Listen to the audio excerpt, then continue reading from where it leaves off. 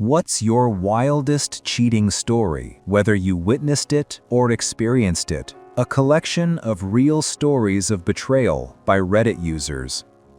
I was seeing some girl, and the first time when I brought her to my place, I heard my apartment neighbor say "Kig Wapa," and we both could hear it.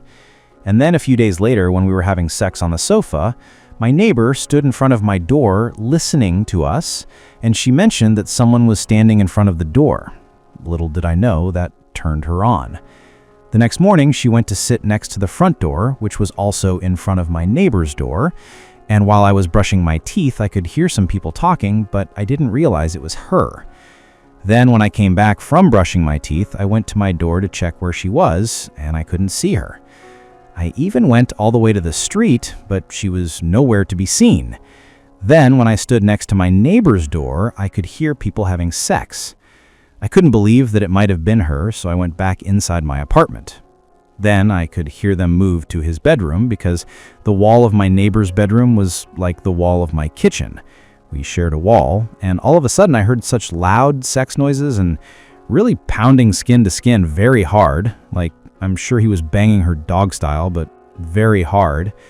She was very pretty, and he is just ugly, old, fat, and bald. Like, you really can't even imagine that she would really have such hard sex with an ugly man like that.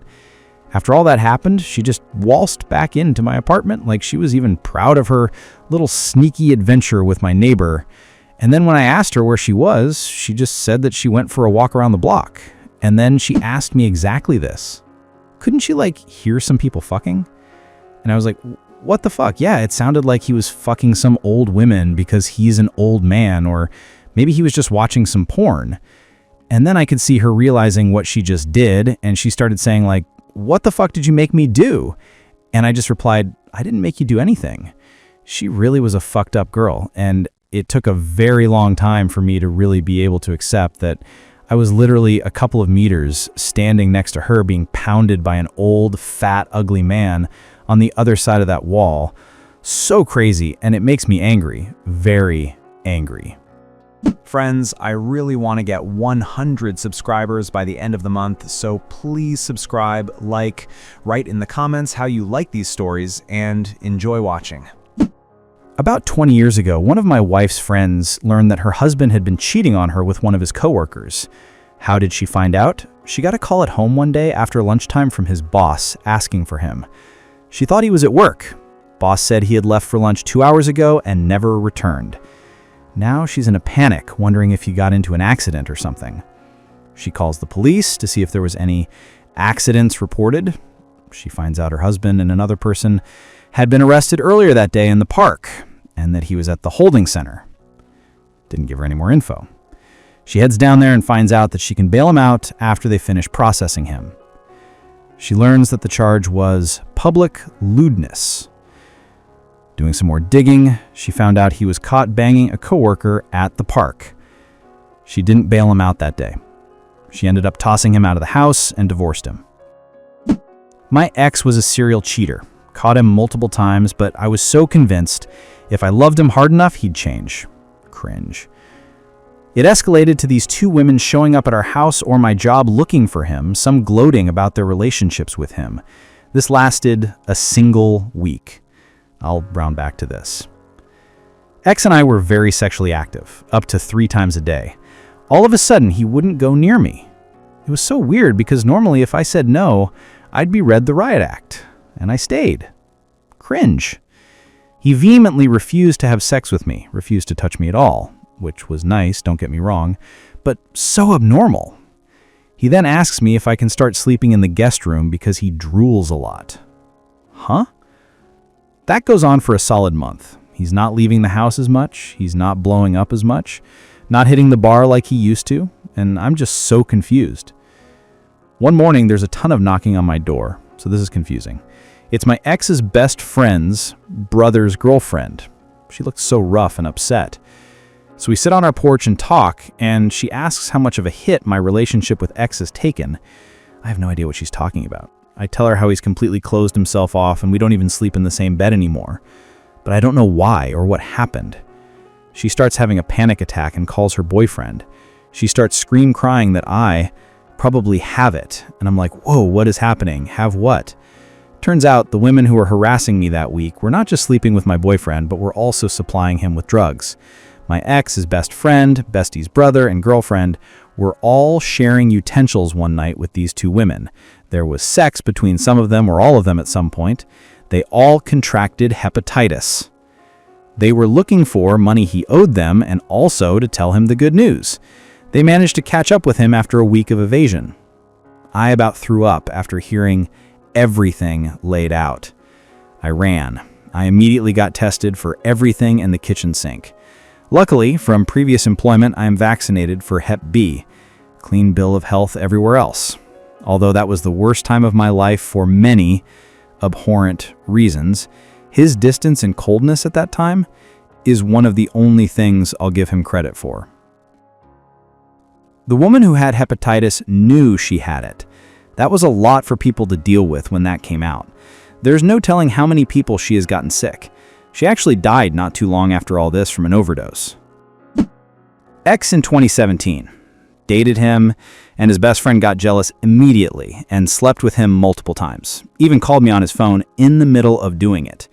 I didn't stay to listen, just hung up and told him to call me in the morning. He told me I was too clingy. We haven't spoken 3 days. He said I was being unreasonably jealous. I never expressed any sort of jealousy. I allowed for him to do anything so long as he texts me when he's going to sleep and has woken up. I just wanted to know he was safe. He said his best friend had a bad feeling about me. Ironic. We broke up. He hooked up with his best friend for 2 days, and they broke up the following week because his best friend just didn't see him that way. I was removed from his life, and his friend all of a sudden no longer liked him romantically or sexually anymore. Wild. Asked for us to date again. I said I don't date stupid and blocked him. Ex in 2018, only dated him for 2.5 weeks, but he was cheating after a week of dating. I said he was fine to keep cheating, but not to act surprised if he doesn't see me again. 16 days into our dating, I sent him the text at the time, "We're done. Don't call me." Apparently, he didn't register it until we went a whole month, no contact. Hits me to ask me to go out and get some dinner.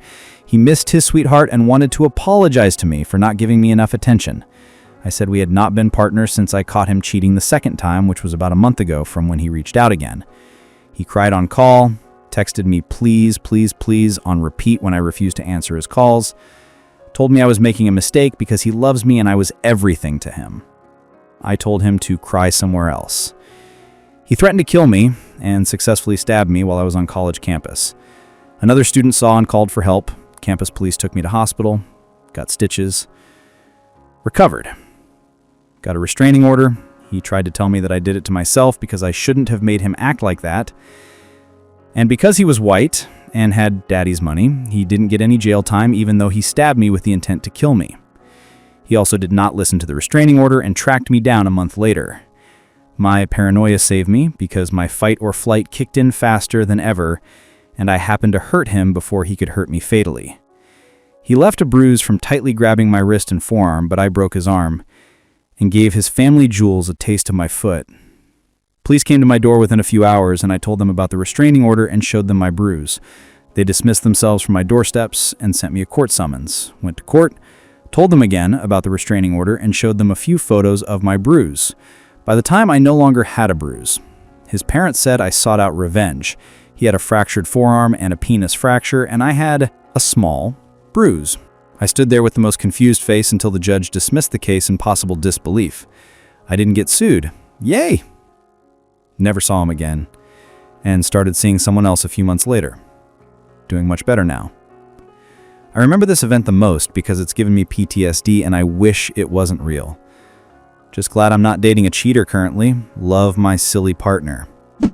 My goodness, do you think about the absurdity of these two guys and laugh sometimes? Whatever became of that first fool and his so-called best friend? Sorry, I'm totally invested. He got depressed and made several new accounts to have me back, and I told him that normal people don't date stalkers or cheaters who didn't acknowledge they cheated. We had a chat 2 months after we broke up, new account on his end. I told him that he needs help and to seek a therapist. 2020, I got a random DM on Facebook and it was him ready to finally properly apologize to me because his best friend is no longer his best friend. After sleeping with his best friend for 3 other relationships, he realized that the jealous bitch just didn't like him giving anyone else attention for a second. I called him stupid and he said that he really wanted me back because none of his other partners was as understanding and calm as I was. The other 3 partners he had yelled at him, slashed his tires, keyed his car, shared his dick pic around to their friends. I left and did nothing. He assumed I would give him another chance, and I asked him why he would assume that. He said, and I quote, "Because you don't have to worry about my best friend anymore. It's just me now. Just us." I told him straight up I was never concerned about his best friend, never worried, because his best friend was not my responsibility to handle. I was not going to give him another chance, ever. And he sent me a voice message of him crying and saying that his life is ruined and he needs someone stable to help him get through this, and that I'm the only person he could trust. In 2020, I was 20, and he was by then 22.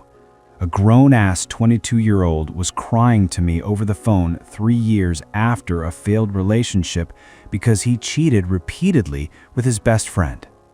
I felt a little insane in the moment because I honestly thought to myself at the time, in what world would anyone take him back?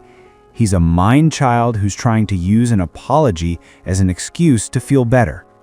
Because I checked his main page with the side account I used to peek was mainly for college project purposes, and he was still friends with his best friend, but he said that they're no longer friends. Didn't add up. So I just sent him a peace sign emoji and told him to see a therapist before I blocked him on his new account. That's the last I heard from him. Mostly because I deleted my Facebook account too since 2021. I don't use it anymore. I was the love of his life. He used to look at me like I held the world in my hands. He would tell me that I was beautiful and that I was wonderful, and we got along so well together. He was my friend. He was my everything. I gave him 2 children, and after the birth of our first child, I started getting sick and having problems with numbness and other issues. After our second child, I started having more issues. We were married for 20 years when my 16-year-old son caught him online talking to women. Then later, my 20-year-old son at the time caught him talking to women online. Both of them brought their findings to me.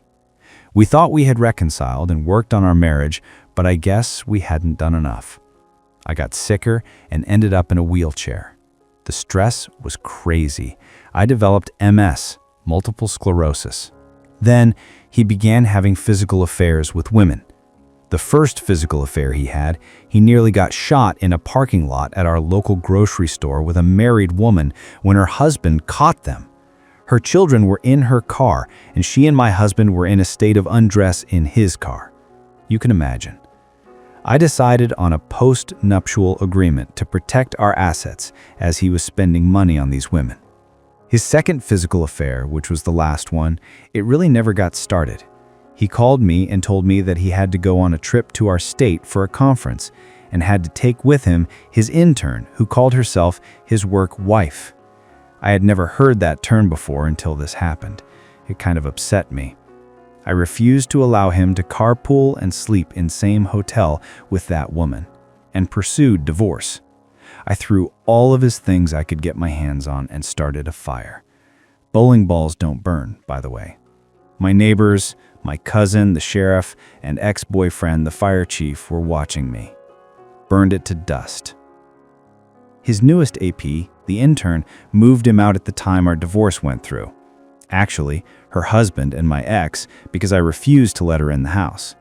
Her hubby left her because the whole time he was helping, I was telling him my ex was cheating with his wife. Are they still together?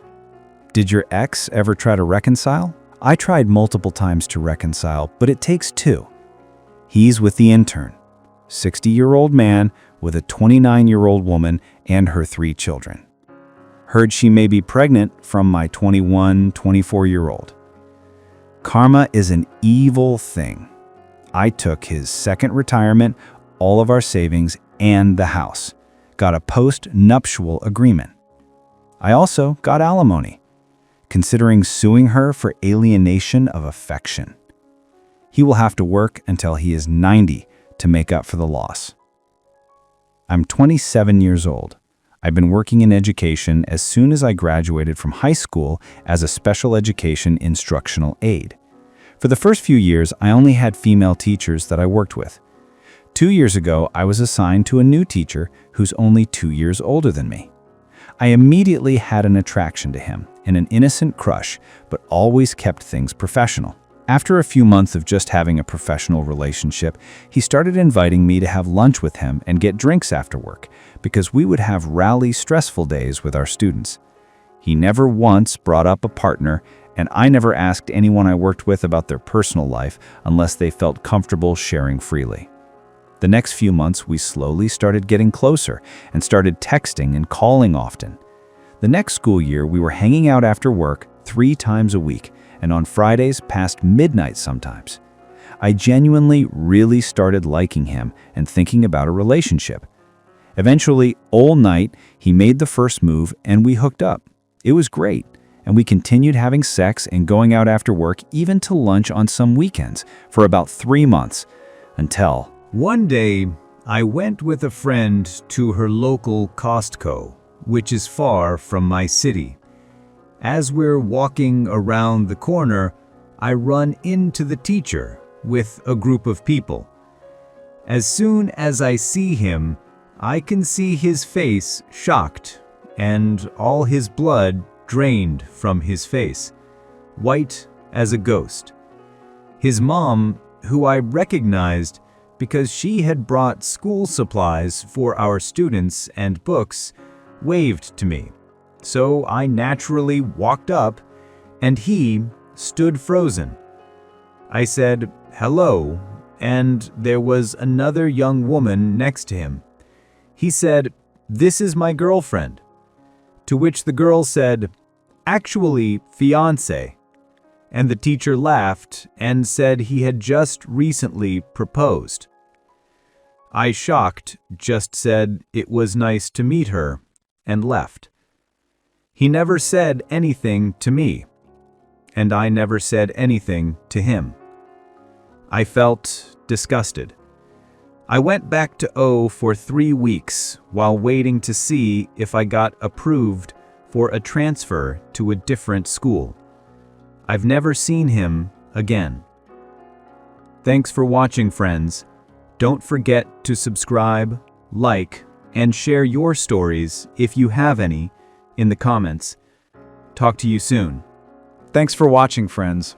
Don't forget to subscribe, like, and share your stories, if you have any, in the comments. Talk to you soon.